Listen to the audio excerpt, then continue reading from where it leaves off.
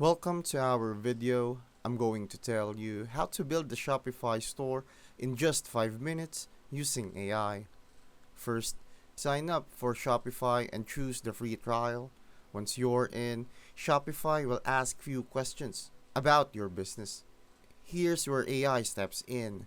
Instead of manually designing everything, use Shopify's AI setup tool to generate your homepage, product descriptions, and even color palettes in seconds. If you don't like something, just click regenerate until it feels right.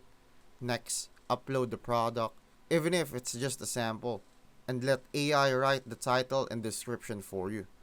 Then, pick a theme from Shopify store and use AI to quickly adjust images, fonts, and layout. Before you publish, test your checkout to make sure it's smooth. That's literally it. A fully working Shopify store done in minutes. Thank you for watching. Make sure to subscribe for more videos like this.